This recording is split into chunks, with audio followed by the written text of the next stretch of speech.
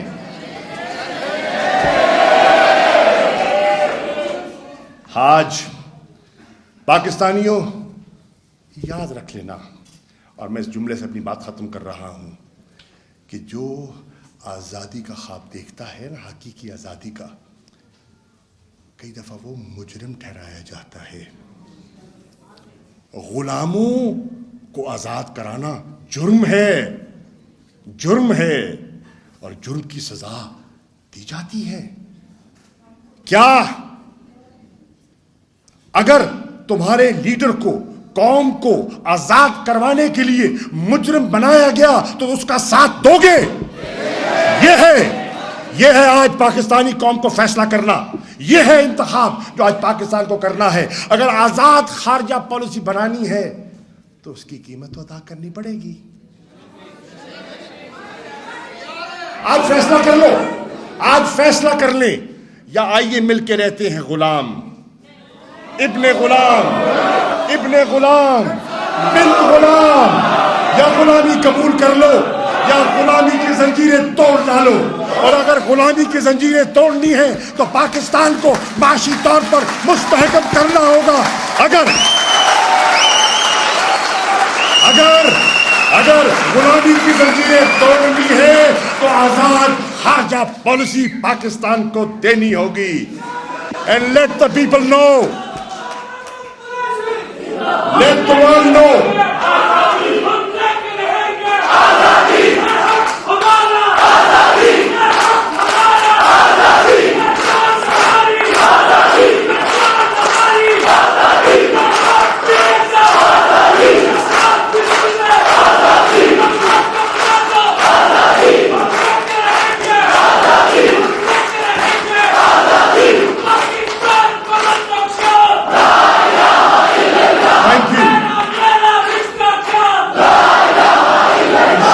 رشتہ قائم رہے گا۔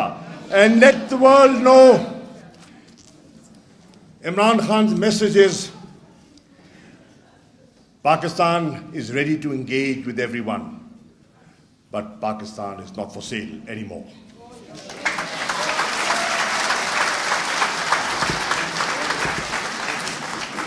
شکریہ شاہ صاحب، آپ نے فورن پالیسی کی بات کی، ترین صاحب نے اکانومی کی بات کی۔ نہ آپ کی اکانومی آزاد ہو سکتی ہے، نہ آپ کی فورن پالیسی آزاد ہو سکتی ہے اگر آپ کے ملک میں لوگ آزاد نہیں ہوں گے۔ لوگ کس وقت آزاد ہوں گے؟ جب ان کو آپ انسانی حقوق دیں گے صحیح معنوں میں۔ اور اکانومی میں ہماری آئیڈیالوجی، خان صاحب کی آئیڈیالوجی کیا ہے پی ٹی آئی کی؟ سب سے پہلے انصاف اور